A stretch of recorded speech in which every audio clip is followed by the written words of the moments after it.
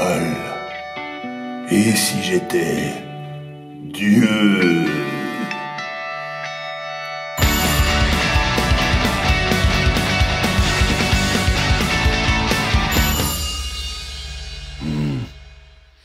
Vaste programme, n'est-ce pas? Alors, ça se passera comment?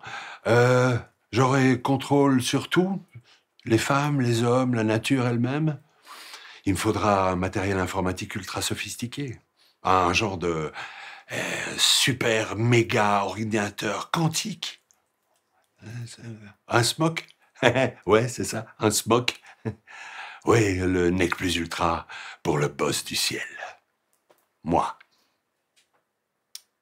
Et le boss du ciel, Dieu, il veut boire quelque chose? Oh, j'ai déjà tout ce qu'il faut.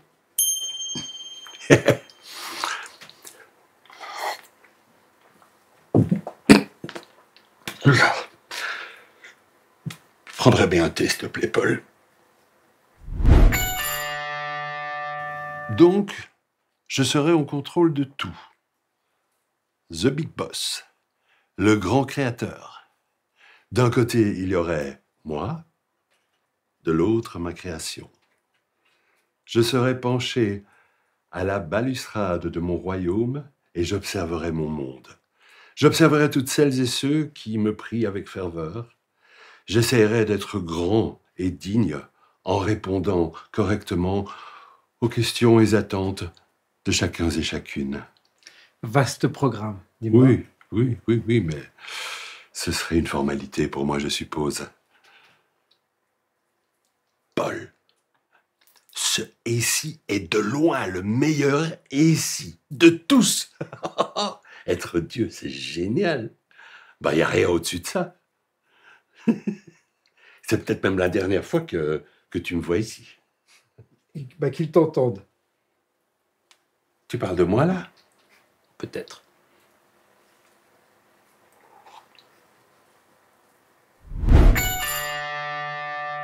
Tiens, tant que je suis ici, tu n'aurais pas une question pour moi? Quelque chose qui te taraude l'esprit, je ne sais pas, un petit « et si » à toi? Parce que, en tant que tout omnipotent, je peux te tirer une épine du pied de ton cortex cérébral, si tu vois ce que je veux dire. Tu as bien dit que Dieu était partout, en toutes choses. Oui, c'est vrai, Dieu est amour.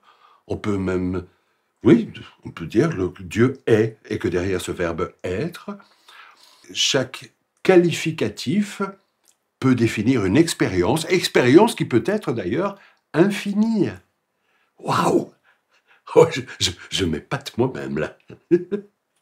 D'accord. Alors, d'après ta définition de ce que serait Dieu, ma tasse elle-même est une expérience de Dieu, tout comme le thé qu'elle contient, n'est-ce pas? Oui. Ah, c'est pas moi qui l'ai dit, c'est toi. Oui, c'est vrai. Alors, si on s'en réfère à cette définition, il n'y a pas de « et si j'étais Dieu », il y a juste ce qui est. Ça fait que t'es Dieu, Olive, mais tout comme le reste. C'est juste toi, dans toi, par toi, pour toi, et il n'y a rien, il n'y a personne au contrôle de quoi que ce soit, de qui que ce soit même, et même pas de soi. Tu suis? Je suis Dieu.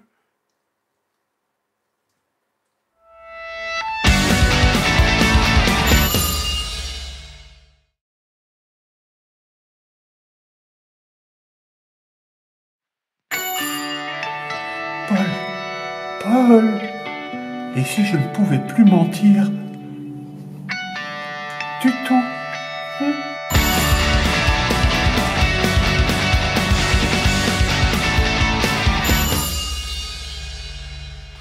Menteur, menteur, ça te dit quelque chose? Le film avec Jim Carrey. Parce que moi, je l'ai vu tout à l'heure et je me suis demandé ce qui se passerait si ça m'arrivait à moi. Bon, d'abord, comme dans le film, ça m'a paru impossible.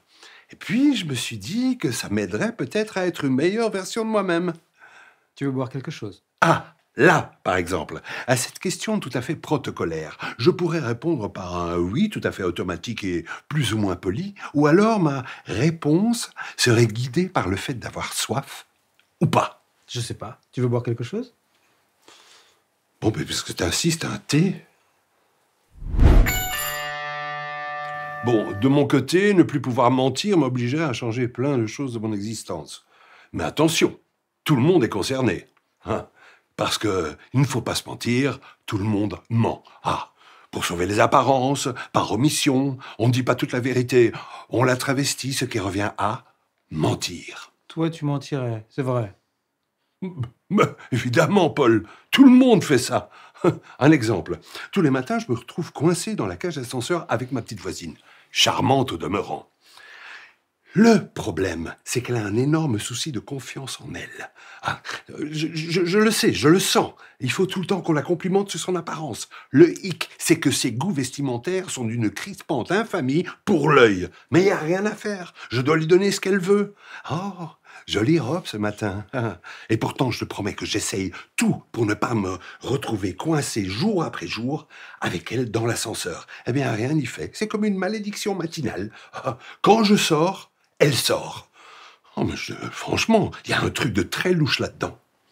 L'histoire du jour, c'est quoi déjà? Ah oui. Et si je ne pouvais plus mentir du tout? Pourquoi tu dis ça? Ah oui, c'est ça, c'est exactement ça. Et l'histoire du jour, comme tu dis, va être primordiale dans mon existence. Débusquer le mensonge comme je viens de le faire avec les goûts douteux de ma voisine, eh bien, est un premier pas vers l'évaporation totale de tous les mensonges de mon existence. Un petit pas pour l'homme, un grand pas pour l'humanité.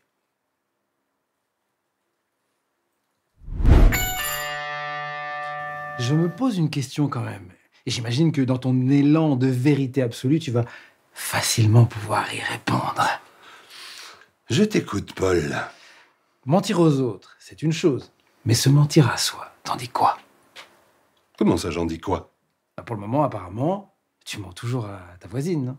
Ah oui, mais je me le suis avoué. Donc, je ne me mens pas à moi. Ha! Autre question technique cette fois. Il y a déjà eu une panne électrique dans ton immeuble? Genre blackout total, plus rien ne fonctionne? Ah ouais? Pas trop difficile d'être cloîtré chez toi quand ça arrive? Surtout que ça a l'air d'arriver assez souvent, apparemment. Pourquoi tu dis ça? Bah, tu vis bien au 3e étage, Olive. Hein? Et sans ascenseur. C'est pas un peu compliqué pour sauter par la fenêtre? Je te signale quand même qu'il y a des escaliers dans mon immeuble. Ah bah oui, que je suis bête. Il y a des escaliers dans ton immeuble, c'est quand même pratique, non?